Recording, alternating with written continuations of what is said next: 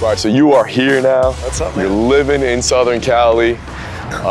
Let's go back to 2017, New Year's Eve, when you first reached out to me. Yeah. Kind of talk about where you were in your life then, and then we'll kind of go through the journey of how you got from Wall Street to here. Sure. So I'd been thinking about needing a change in my life for a couple of years. Yeah. Up until that point. I was 39 years old. I'm 41 now. And I knew I wanted more. I needed something new. I wanted a change, but I didn't know exactly what it was. Yeah. And as I've told you, I sort of found you a couple of months before that. Didn't know who you were prior to that, but instantly, here's this guy from Jersey. He listens to hip hop. He likes the Yankees. He likes the Giants. Like so many, you need. Right. Yeah. So many connections that I felt like I had to you. Then I started to listen to the podcast. Obviously incredible information. And so there was this connection that I felt like I had to you that a lot of people who listen to you and follow you do. And I turned 39 on December 8th that month. And I thought about needing to do something different with my life once I hit 40. And when you sent a DM out or some sort of Instagram post on New Year's Eve, as I've told you, I saw it. Something triggered in my head that this is what I got to do. I got to get myself around people that are more like me. I got to find people that I can learn from and that I can grow with and evolve and expand as a human being. And I wanted, with every opportunity that I gave myself, to put the phone down and to not do anything. Yeah. It's always been what I've done. I've been a tire kicker. I've been, analysis by paralysis all my life. And that served me well in my profession. Yeah. The more you knew, the better your odds were of being successful, making money. But at some point, you need to be able to pull the trigger. So I sort of forced myself to pull the trigger, to contact you. And that has evolved into what ultimately is this. I'm standing here right now. You planted a seed in me that I probably needed to change the location. It was a relatively easy sell to my wife because she lived here, and I got married across the street, and I have roots here and community here. But it really was quite an evolution for me over the last several years of thinking about needing something more, wanting something more, and then working with you for the last year, meeting guys that I wanted to be like, that were like me, realizing that I wasn't that different than them. Yeah. Completely different industry, Wall Street, fitness professionals. I was a lot more like you guys than I was the guys that I was associating with every day. So tell me some of the things, when you decided to pull the trigger and kind of come on board with us, and what were some specific things that you felt like, man, this is just not the way I want to be living. These are some habits I want to get rid of, some new things I want to change. Yeah. So I lived my life for, 18 years of a 20 plus year career. 15, 16 years. I'd say I got a little conscious to it over the last 5 years. Charging forward with one dimension of my life, which was my professional success, my wealth. How much money did I make? That defined me. That meant that I was providing for my family. It was a contest at work to see who could make the most money. Completely driven by professional success. I did all that at costs, and I was completely unconscious to those costs during that time. I didn't gain weight, but I maintained the same weight from college and completely changed body composition. So I effectively gained 20 pounds.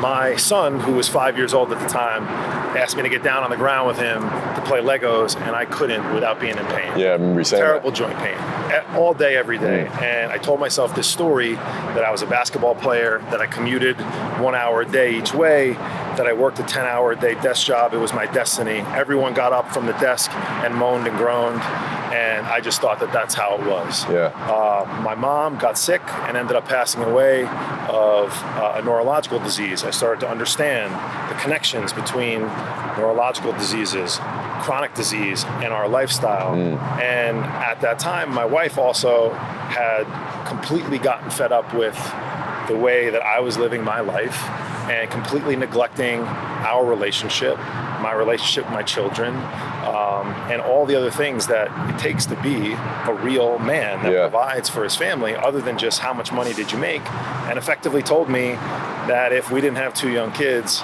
she probably wouldn't be hanging around too long. Wow. So all of those things, sort of woke me up one day, but they were a slow, steady accumulation over the course of 15 years, which is what I think happens with a lot of men, is they charge forward in one aspect of their life. 100%. Typically all of us do that with career, because that's how we define ourselves in terms of being successful. And I woke up and realized that came at a cost, and I wanted something different in my life. I wanted to have it all. I wanted to have financial success, but I wanted to be 20 pounds lighter, ripped. I wanted to be pain-free. I wanted to be able to get on the ground and wrestle with my kids for the next 20 years. I wanted my son to not be able to beat me in a one-on-one basketball game for as long as possible. And I wanted longevity. I wanted health span. I see the way, my mom lived her last few years. It was terrible. I don't want that for myself. I don't want that for anybody I care about. So that shift in, that mental shift for me really changed the way I looked at everything. And then I started to evaluate, do I really do what I love? Is this something that I truly love? Or did I follow a couple of older guys that I looked up to on the basketball team into a training program on Wall Street? Was the money great? Fuck yeah, it was great. And what happened after that? Life happens, right? You have kids, you get a big house, you get a big mortgage. And all I kept doing every year is making more money and spending more money. Making more money, spending more money. And I just wanted to do something different, and I wanted out of that rat race. Dude, it is amazingly powerful hearing you share that story, because so many people in your position don't come to that awareness. They don't have the awareness, and they just wouldn't be comfortable sharing that story. Like, I had goosebumps listening to you share that story. It's amazing, it's powerful, because I think so many people can relate, and either in that position and know it, or maybe haven't even come to that awareness yet. Like you said, a lot of people are on that predetermined path. I'm always gonna have pain. I'm always gonna do this. I'm always gonna live here. I'm always gonna work here. I'm always gonna have these bad habits. I'm always gonna hang out with these certain people. But anybody can change anything. It's just amazing and inspiring to hear you have that awareness and to share that story. Thank you.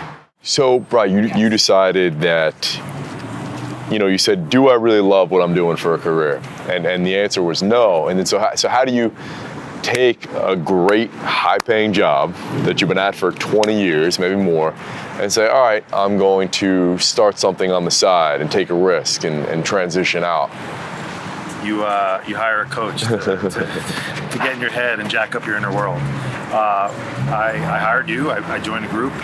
I realized that there are other ways to live life, and I still remember the phone call that we had where you said to me, if you had all the money that you needed but you still had to go to work or do something 3-4 hours a day, what would you do? And I didn't know what the answer to that was, and then right away something came, like within 5 or 10 seconds. And I said something to the effect of, well, I really enjoyed over the last 5 years as I've transformed myself, my body, and what that's meant to me in my life and how it's affected my marriage and my relationships. I've really enjoyed helping friends and family get healthier, through better nutrition, better habits, better, different things. So, that was really, the catalyst for me to start to think about it. And then you were, you didn't stop. You were doing what you were supposed to do, poking me every week. Have you thought about this more? On a group call, I remember you saying, pointing out different things to different guys, and just in passing, it was, there's no reason why Brian couldn't have 5 coaching clients, next month. And I was like, because I think a lot of people think that what you enjoy doing as a hobby, or maybe what you're good at on the side, you can never make money from. You can never monetize. It can never be a career. And then a lot of people think also, well, I'm not at this level yet, so I can't do it. I've suffered. I still suffer from that. Being a year and a half into this now. And it's something that I battle often. You've been doing this for 20 years. How can I possibly be fit to help somebody in the same way, better than you can? The fact is, I can, because I have a different skill set. I have different capabilities. I bring something different to the table than you do. I might be able to help someone who needs what I offer. And because you're further ahead than they are, and that's all you need in life to help anyone with anything. Like I was saying earlier today, if you're just one chapter ahead of somebody else, you can teach them that, you can help them. I heard you say once, or you were interviewing someone once, to a second grader, a fifth grader is a god. And at that time, I had a second grader. And I flashed back immediately to my second grader in the driveway with me trying to show him, me who played basketball for 35 years, very well, trying to show him something, and him interrupting me, telling me about this fifth grader who did it this way. Yeah. And all I wanted to do is get that fifth grader over here right now so he could see that I would dominate him. Yeah. So that was like, yeah. Oh wow, that's what it is. To a second grader, that fifth grader is the god. So all I have to be is the fifth grader on the journey, helping second graders out. I don't have to be, there's no finish line to this. You're still evolving every day. I've seen, knowing you now for 2 years, you're a different person than you were when I first met you. So, we're always evolving. We're always, doing different things. And so, that is where I go back to often, but I suffer from that still almost every day. So how do you, when that comes up, well, first of all, I want to address when that comes up, what you do and how you get out of it. But talk about how you first, like, what was the kind of, in your head, what was the conversation of the first time you charged somebody? You're a Wall Street guy, and all of a sudden, hey, I'm going to charge you money to teach you how to eat and change your lifestyle and your morning routine and sleep better and all that. Yeah, that was super uncomfortable. I reached out to 10 friends. I thought that all 10 were going to tell me to laugh at me. Yeah. And I think 7 said yes. Yeah. So that was confirmation for me that they saw the way I lived my life, and they believed that I could help them. And maybe they were trying to help me also, but they believed that there was value there. And every time I continue to try to charge more money, I go through the same thought process of, man, how do I possibly charge someone this amount of money to do things that come easily to me? Right. But it's the same as what you do. You charge me money and guys that you help for things that come easily to you. Yeah. That's your skill set. That's your talent. That's why coaches need coaches. That's why people go to coaches to gain the knowledge that they have. Yeah. And I think you've realized now that you're selling the value and things you can't put a price tag on. Like whether you charge $100 or $100,000, it's what's the value to that person? Like what's the value of being able to play with my kid with no pain? What's the value of being able to walk my daughter down the aisle at her wedding? It's more than that. I think people don't put enough value on what they, what their coaching is, what their service is, whatever. So now you say you have that battle, you have that internal dialogue in your head. What do you do when that comes up? I remind you, what you just said is so right. And because I'm a finance guy, and even because a lot of the people that I work with are my peers, I break things down mathematically, financially, value, cost. You just what you said. You go to the value, you go to the cost. What's the cost to not do it? What's the cost to not work with me? You're sick, fat, and dead. Yeah. You're divorced. Yeah. You have no relationship with your kids. You have no relationship with yourself. You end up turning to substances over time. Like, is that better? Is that cheaper than hiring me for 4, 5, 6, 12 months, whatever it is? Is it cheaper for me to go through life lost than to pay you money for a year and to find a lot of things that I thought that I was looking for? Yeah. It's identifying what's the cost to not do it, I think, is the most powerful. For sure. Yeah. And so how do you come to that decision? You start this coaching business, it starts to go well. How do you come to the decision now to move across the country? Because I know it was challenging for you. It was very challenging. Yeah. And still is a little bit, but I'm in the right place with my family, around the right people. Again, it helped to have somebody in my ear a lot talking to me about, what a change of environment would do for me. We have roots here. I didn't just move to a completely unfamiliar place. I got married across the street.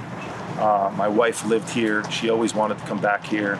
It's a place that I've always felt at home with, but I knew, location aside, I knew I had to remove myself from the area that I was so comfortable being in, where I fell back into repeatable behavioral patterns that I wanted to break out of.